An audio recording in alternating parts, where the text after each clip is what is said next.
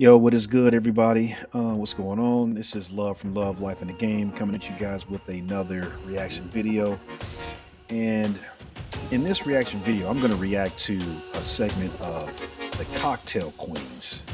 It's a show with Claudia Jordan, Vivica Fox, Lisa Ray, and Selena Johnson. And I'm in particular, I'm going to react to Claudia Jordan. She's one of the hosts on here who is defending um, Ebony K. Williams and her comments about not wanting to date a bus driver unless he owns the bus. And then I'm going to read a letter because I thought about this. Basically, I said, if Malcolm X could speak from the grave to black women and basically speak on how they're treating men and these ridiculous standards that they have, I wonder what he would say.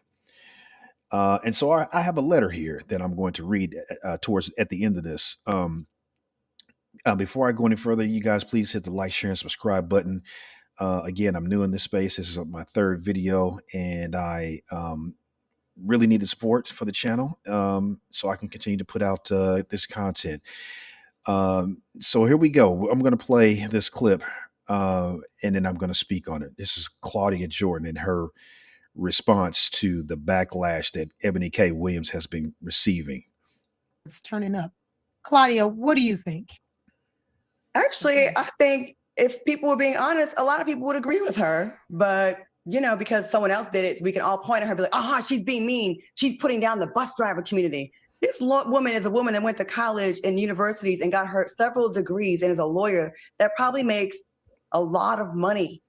And I don't think she was putting down bus drivers. She said she wanted to date the owner. We've all talked like that.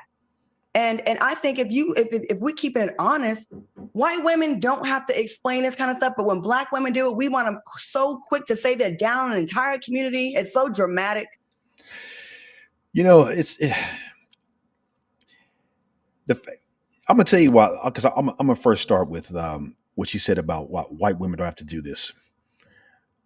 Well, first of all, white women don't have the kind of standards that black women have. And that's why they don't have to do it. You don't see white women going around calling themselves queens or tossing out their degrees as some sort of reason why you're supposed to just freaking bow down and that this makes them special. You only see black women doing that because you guys are the only ones who think that having a degree, you're going to be able to shift the evolution of the universe. White women don't do it. You know what else white women don't do? They don't go around calling themselves boss babes or queens. And see, the reason why you guys do this stuff is because you want people to, you're giving yourself these titles to make yourself seem like you're more important or doper than you really are.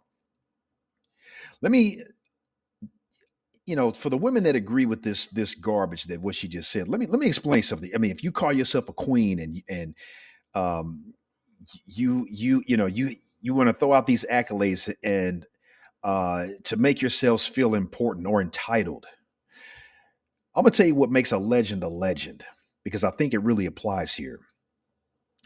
The people who are really dope in this world, they don't go around calling themselves dope or trying to convince other people to see how dope they are.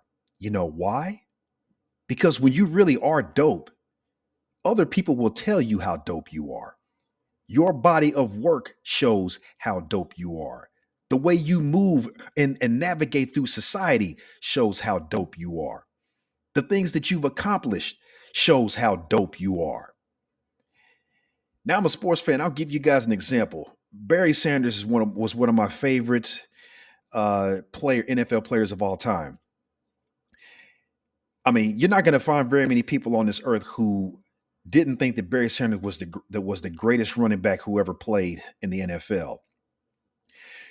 Every time Barry Sanders scored a touchdown, you didn't see him looking for the camera, doing end zone dances and backflips and all that kind of stuff. What Barry Sanders did after he scored a touchdown, the first thing he did was he looked for the referee and he walked over to him and he would give him the football. You know why he didn't feel the need to do anything else? Because when you run a 60 plus yard touchdown on somebody, you don't need to say a damn thing else. You left them in the dust. Your competition left you in the dust. You showed them how dope you are. So you don't need to scream from the rooftops because everybody sees or they saw how dope you are. And so, you know, when black women call themselves queens and boss babes and all that kind of stuff, you know, I'm very peculiar with my words. And I've never seen so many women call themselves a boss and they don't have one goddamn employee. And the last I checked, in order to be a queen, you have to be married to a king. Yet you got women around here calling themselves queens. They ain't got near crown. They ain't got near kingdom. It's a matter of fact, there's no such thing as a queendom. It's called a kingdom for a reason. In order for you to be a queen, you need to be married to a king. That's how that works. So you calling yourself a queen, going around calling yourself, boss babes and all that kind of stuff, it's not going to make people who know how to navigate this world and see you for exactly who you really are. It's not going to make them acknowledge you as such because we know the deal. The women who really are on that kind of level, they don't have to say a damn thing because the way they move through life and through society shows us that it shows everybody that they have these accolades and these titles. Now, Ebony K. Williams, another thing, Claudia mentioned about Ebony K. Williams. This woman has degrees and she's made a lot of money. Who gives a shit? Men do not care about your degrees. And if we did, why the hell is she over 40 years old and she's still single? I thought having a degree and having, money and all that stuff is supposed to have men, flocking to her. She's single. Like most women who have degrees and have a lot of money. Because y'all think that having money and status entitles you to be with men who make more than you or somebody who's on your level. And quite frankly, those men they're not checking for y'all and they don't want to be with women like you because number one, if you notice, the type of women that they marry are women who fit the three categories: fit, feminine, and friendly. They don't like women who walk around with masculine energy. And that's something that a lot of women who have made money, who have degrees, who have accomplishments in life, they tend to have these negative masculine traits. We don't like that shit. So nobody gives a damn about Ebony K. Williams. We don't care about her money and we don't care about her degrees. What we care about is she fit, is she feminine, and is she friendly? And fit, feminine, and friendly women don't say, oh, only way I'm going to date a bus driver is if he owns the bus. That's some masculine BS right there. Ebony K, and the fact that she's over 40 years old should speak not only to her, but to all of you who are defending her.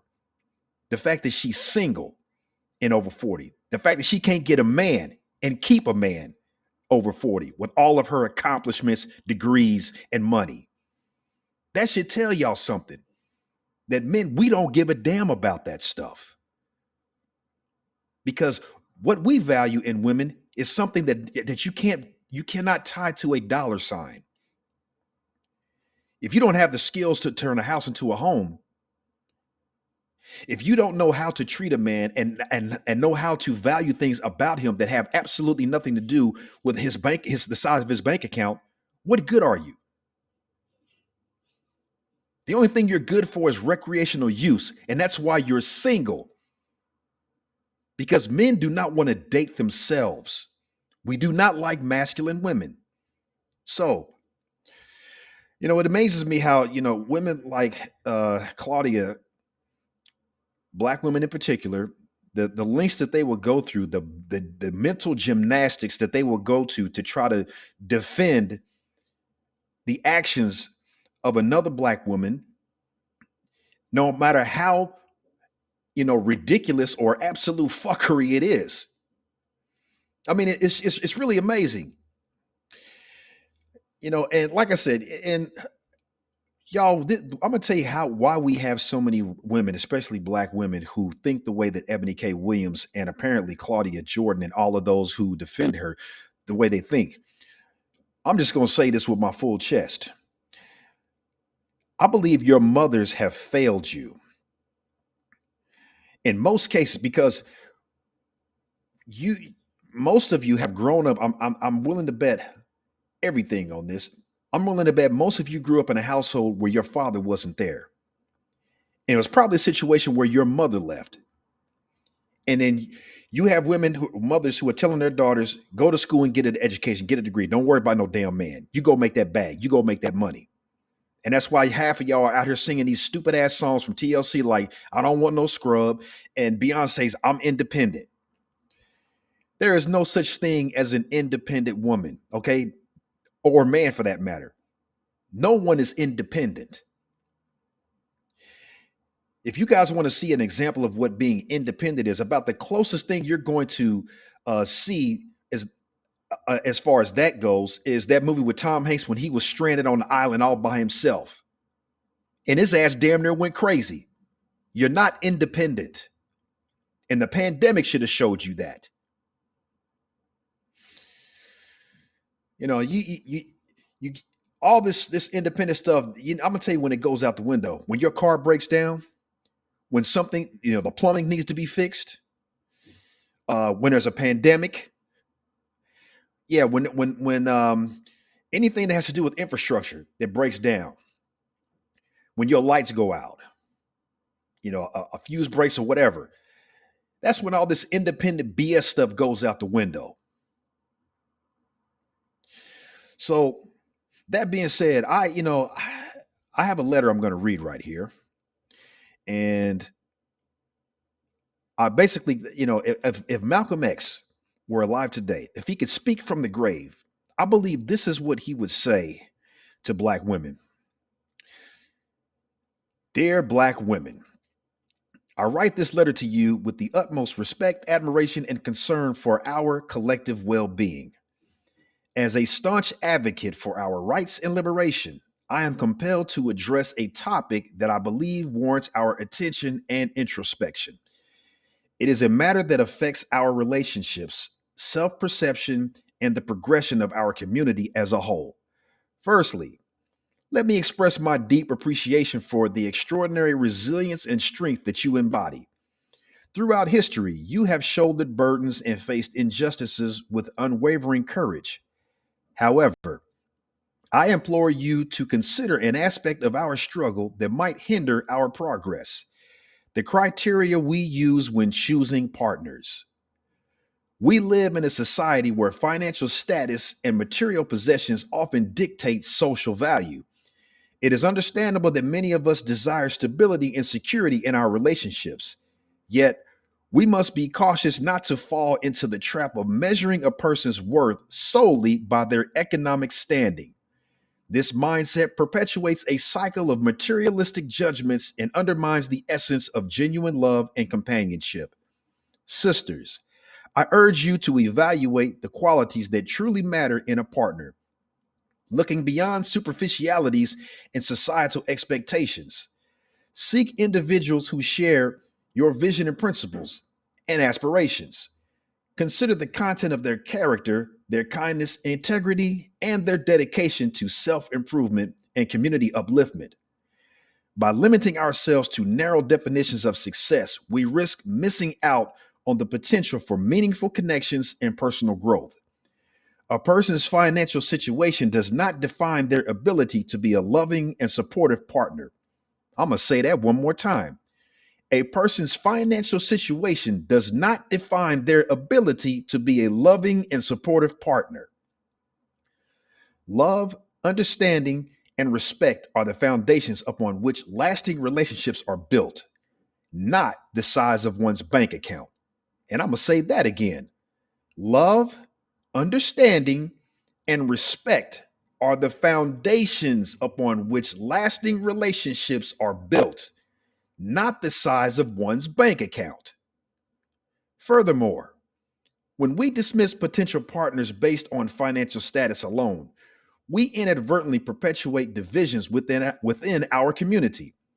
We reinforce harmful stereotypes that undermine the unity we should strive to cultivate. Our struggle for equality and justice requires solidarity, and this includes fostering healthy relationships built on mutual respect. Please understand that I am not suggesting that you settle for less than what you deserve. Rather, I am advocating for a more comprehensive approach to partner selection, one that acknowledges the importance of character and emotional connection. Let us break free from the chains of societal expectations and redefine what success means in our relationships. Let us embrace a holistic view that recognizes the wealth of qualities that make an individual valuable beyond material possessions. By doing so, we can forge partnerships that uplift and empower us, strengthening our personal lives and our community as a whole. In unity and with the utmost respect, Malcolm X. I believe that if Malcolm could speak from the grave, that is exactly what he would say to black women. Because y'all are on some fuck shit right now. I don't know why you think having a pretty face and a vagina entitles you to be with a man who makes over six figures or somebody who owns the bus and not the bus driver. The only thing that you guys, I mean, what you guys fail to realize is with all your degrees, all your money, and all of your entitlement, this all life is between men and women. This dynamic is always going to be and always has been a numbers game. There are more women on this planet than there are men. There are more beautiful women on this planet than there are the type of men you think you deserve.